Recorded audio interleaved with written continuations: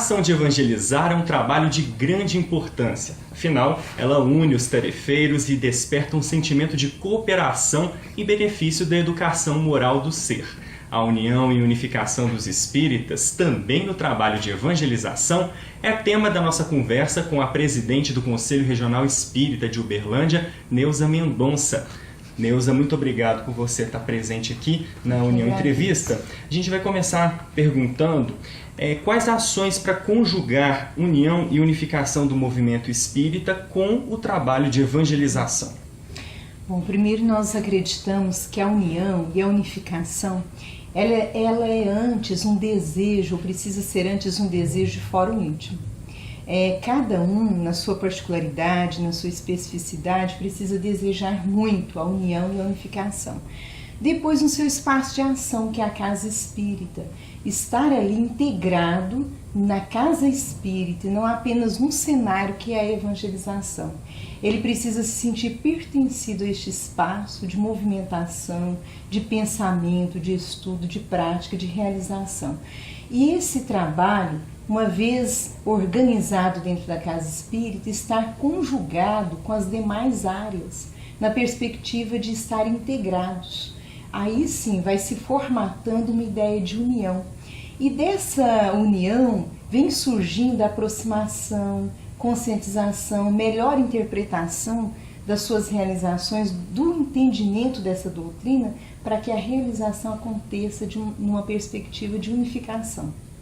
Ora, quando a gente pensa assim, a evangelização ela então não vai ficar isolada, ela vai se desenvolver dentro da casa espírita numa perspectiva de união, com uma interpretação melhor dos princípios doutrinários, caminhando para uma identidade de unificação, e vai ser uma contribuição no movimento espírita de uma estrutura mais unificacionista, ou seja, a união e a unificação que a gente tanto sonha para a evangelização, talvez do movimento de uma cidade, de um estado, começa antes dentro da casa espírita.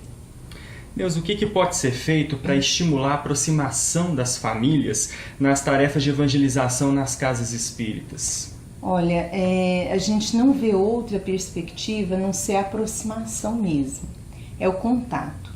Mas antes de nós chegarmos talvez a sairmos da casa espírita, tem um público dentro da casa espírita, que é a família frequentadora da casa espírita, que pouco tem levado seus filhos à casa espírita.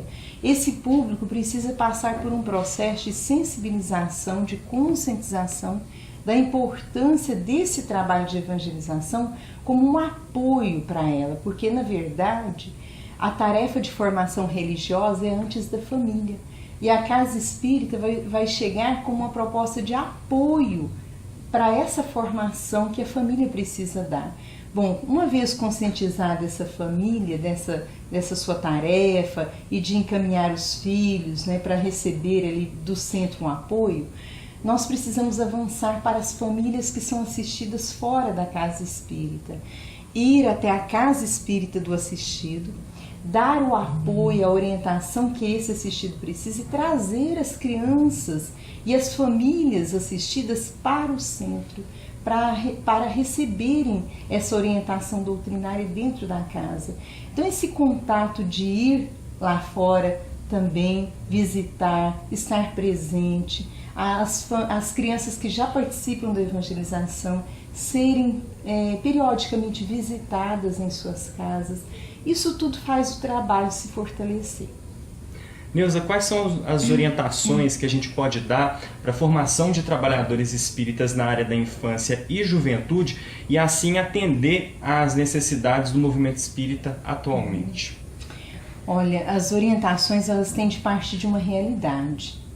É muito importante que, trabalhando em órgão unificador, nós conheçamos a realidade que nós temos. Então a gente precisa visitar as casas espíritas, nós precisamos conversar com a direção da casa, com quem está no trabalho, sentir a sua necessidade, porque uma coisa sou eu estar lá no movimento espírita, estar no órgão unificador e achar que o evangelizador precisa de uma direção ao quesito curricular, ao quesito recurso de ensino, como lidar com a criança em determinadas faixas etárias.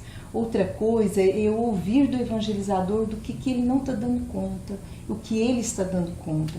A partir desse levantamento de informações, eu posso fazer um mapeamento das reais necessidades de uma cidade, de uma região e planejar um encontro, planejar uma conversa, planejar material que atenda de forma mais específica essa cidade ou essa região ou esta casa. Bom, para finalizar, eu queria que você deixasse uma mensagem pelos 40 anos da campanha permanente de evangelização espírita infanto-juvenil. Puxa, 40 anos. A gente fica pensando em 40 anos nos frutos, né? 40 anos é um tempo mais que suficiente para amadurecermos algumas ações. E a gente pensa que é um trabalho, esse trabalho de fortalecimento, a campanha eu vejo que é um trabalho de fortalecimento para que o movimento continue a existir, que nós nos dediquemos cada vez mais a entender como é que a criança entende, como é que ela se apropria do conhecimento doutrinário, como é que ela pode se desenvolver nas instâncias doutrinárias dentro da casa, no movimento espírita, porque o resultado da campanha, de toda e qualquer campanha, é a compreensão do que tem que ser feito e a ação seguinte que a gente vê no outro, que passou pelo processo da conscientização e conseguiu realizar.